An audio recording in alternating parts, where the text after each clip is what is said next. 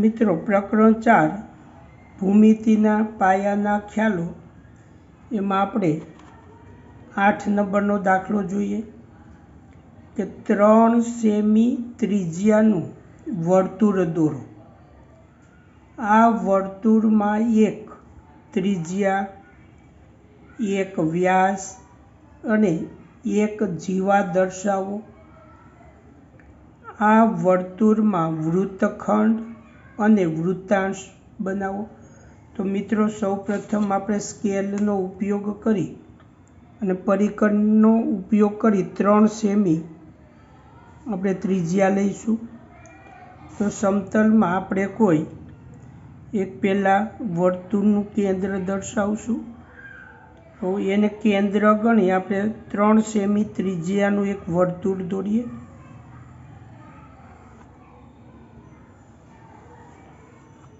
આ 3 સેમી ત્રિજ્યાનું આપણે એક વર્તુળ દોર્યું। એમાં એક ત્રિજ્યા આપણે દર્શાવવાની છે।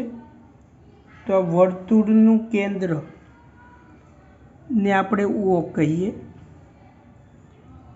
તો એમાં એક ત્રિજ્યા આપણે દર્શાવીએ।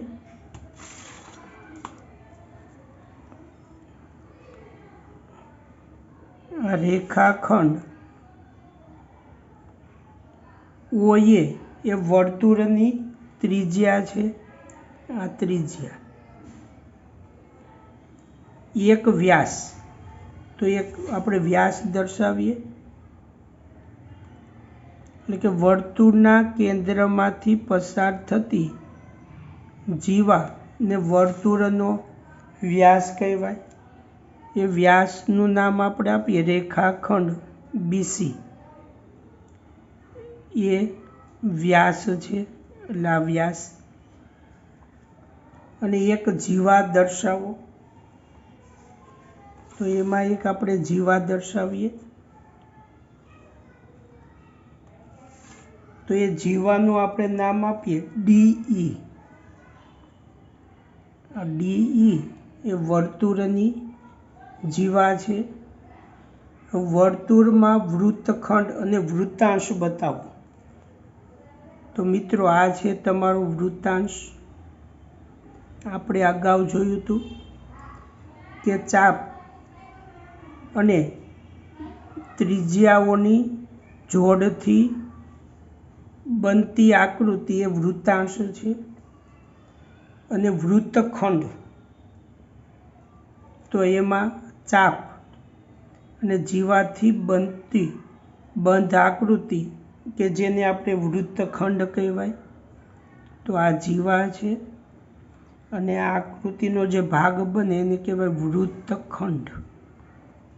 તો મિત્રો આ રીતે આપણે આકૃતિની રચના કરી શકીએ। મિત્રો આપણે આગળ 9મો દાખલો જોઈએ।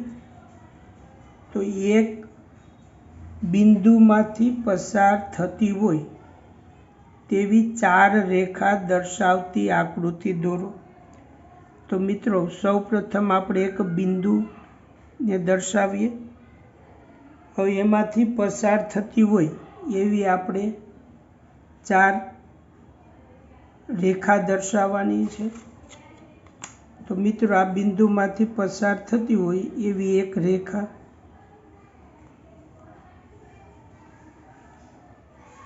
આ રેખાને આપણે એ કહીએ।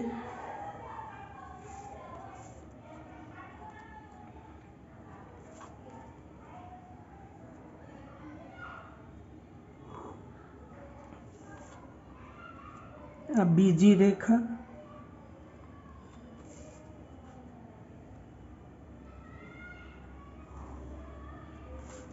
આ ત્રીજી રેખા, ને હવે આપણે દોરીએ ચોથી રેખા।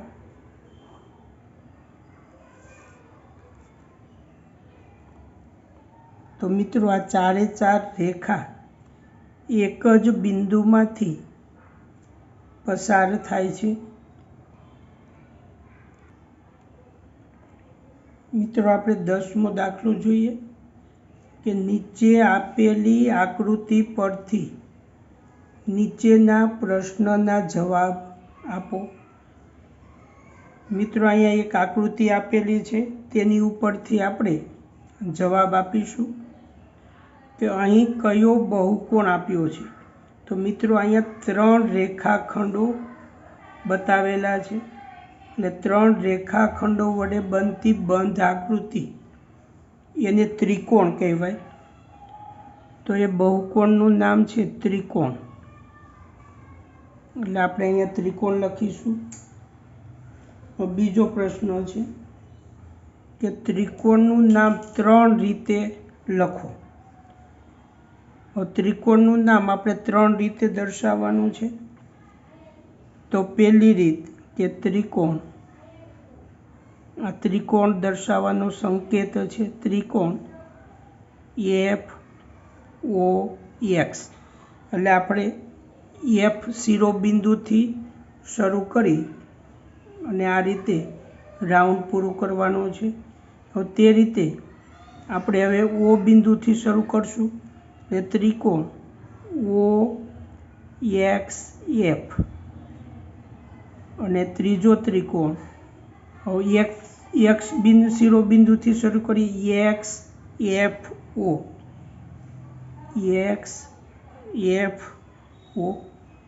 આ 3 રીતે આપણે દર્શાવી શકીએ. ત્રિકોણના ખૂણાઓના નામ લખો. તો ત્રિકોણને 3 ખૂણા છે, ખૂણો F, ખૂણો O અને ખૂણો X. એટલે કે ખૂણો F, ખૂણો O અને ખૂણો X. ત્રિકોણની અંદર આવેલું બિંદુ કયું છે? તો મિત્રો અહીંયા ત્રિકોણની અંદર આવેલું બિંદુ એ છે, બિંદુ એ. 5મો પ્રશ્ન, ત્રિકોણની બહાર આવેલું બિંદુ કયું છે? તો બહાર આવેલું બિંદુ D છે, બિંદુ D. 6થો પ્રશ્ન કે ત્રિકોણની ઉપર આવેલું બિંદુ કયું છે? તો એ મિત્રો તમે આકૃતિમાં જોઈ શકો છો કે ત્રિકોણની ઉપર આવેલું બિંદુ B અને C છે. તો આપણે અહીં લખી શકીએ બિંદુ B અને બિંદુ C. ત્રિકોણની બાજુઓના નામ લખો. તો મિત્રો અહીંયા ત્રિકોણને 3 બાજુ છે, એ 3 બાજુના આપણે અહીંયા નામ લખીએ. પહેલી બાજુ રેખાખંડ FO, બીજી બાજુ રેખાખંડ OX અને ત્રીજી બાજુ રેખાખંડ XF. આ રીતે મિત્રો આપણે ત્રિકોણની 3 બાજુને દર્શાવી શકીએ. મિત્રો પ્રકરણ 4 ભૂમિતિના પાયાના ખ્યાલોમાં આપણે 11મો દાખલો જોઈએ કે નીચે આપેલી આકૃતિ પરથી નીચેના પ્રશ્નોના જવાબ આપો. પહેલો પ્રશ્ન છે કે અહીં આપેલી આકૃતિનું નામ લખો. હવે મિત્રો અહીંયા આકૃતિમાં 4 રેખાખંડોથી બનેલી બંધ આકૃતિ છે. તો 4 રેખાખંડોથી બનેલી બંધ આકૃતિને ચતુષ્કોણ કહેવાય. તો આકૃતિનું નામ છે ચતુષ્કોણ ABCD. બીજો પ્રશ્ન કે ચતુષ્કોણને કુલ કેટલી બાજુઓ છે? તો મિત્રો ચતુષ્કોણને કુલ 4 બાજુ છે. પહેલી બાજુ, બીજી બાજુ, ત્રીજી બાજુ અને આ ચોથી બાજુ. એટલે આપણે અહીં લખશું 4. ત્રીજો પ્રશ્ન, ચતુષ્કોણની બાજુઓના નામ લખો. તો આપણે 4 બાજુઓના નામ લખીએ કે રેખાખંડ AB, આ એક બાજુ, બીજી બાજુ રેખાખંડ BC, રેખાખંડ BC, ત્રીજી બાજુ રેખાખંડ CD અને ચોથી બાજુ રેખાખંડ DA, અથવા એને રેખાખંડ AD પણ લખી શકાય. ચોથો પ્રશ્ન, ચતુષ્કોણને કુલ કેટલા ખૂણાઓ છે? તો મિત્રો અહીં ચતુષ્કોણને કુલ 4 ખૂણા છે, 1 2 3 અને 4. તો અહીં આપણે લખશું 4. પાંચમો પ્રશ્ન કે ચતુષ્કોણના ખૂણાઓના નામ લખો. તો એના 4 ખૂણાઓ આપણે લખીએ કે ખૂણો એ, ખૂણો બી, ખૂણો સી અને ખૂણો ડી. છઠ્ઠો પ્રશ્ન ચતુષ્કોણને કેટલા વિકર્ણો છે, કયા કયા? તો મિત્રો આપણે અગાઉ જોયું હતું કે ચતુષ્કોણના સામસામેના શિરોબિંદુને જોડતો રેખાખંડ ને વિકર્ણ કહેવાય. તો અહીંયા આકૃતિમાં આપણને 2 વિકર્ણો મળે છે, એટલે 2. કયા કયા? તો એક વિકર્ણ છે રેખાખંડ એસી અને બીજો વિકર્ણ રેખાખંડ બીડી. એટલે રેખાખંડ એસી અને રેખાખંડ બીડી. સાતમો પ્રશ્ન કે ચતુષ્કોણની સામસામેની બાજુઓ જણાવો. તો મિત્રો અહીંયા ચતુષ્કોણની સામસામેની બાજુઓની 2 જોડ મળે.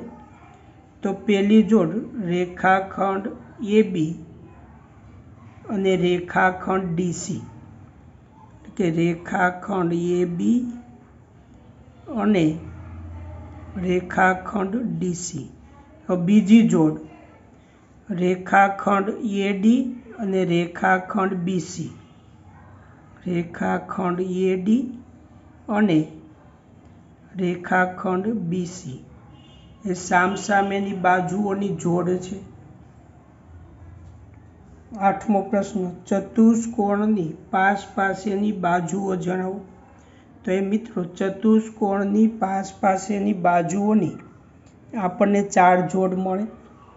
તો પહેલી જોડ રેખાખંડ એબી અને રેખાખંડ બીસી, રેખાખંડ એબી અને રેખાખંડ બીસી. બીજી જોડ રેખાખંડ બીસી અને રેખાખંડ સીડી, રેખાખંડ બીસી અને રેખાખંડ સીડી. ત્રીજી જોડ રેખાખંડ સીડી અને રેખાખંડ ડીએ, રેખાખંડ સીડી અને રેખાખંડ ડીએ. અને ચોથી જોડ રેખાખંડ ડીએ અને રેખાખંડ એબી, રેખાખંડ ડીએ અને રેખાખંડ એબી. હવે નવમો પ્રશ્ન ચતુષ્કોણના સામસામેના ખૂણાઓ જણાવો. તો મિત્રો ચતુષ્કોણના સામસામેના ખૂણાઓની આપણને 2 જોડ મળે.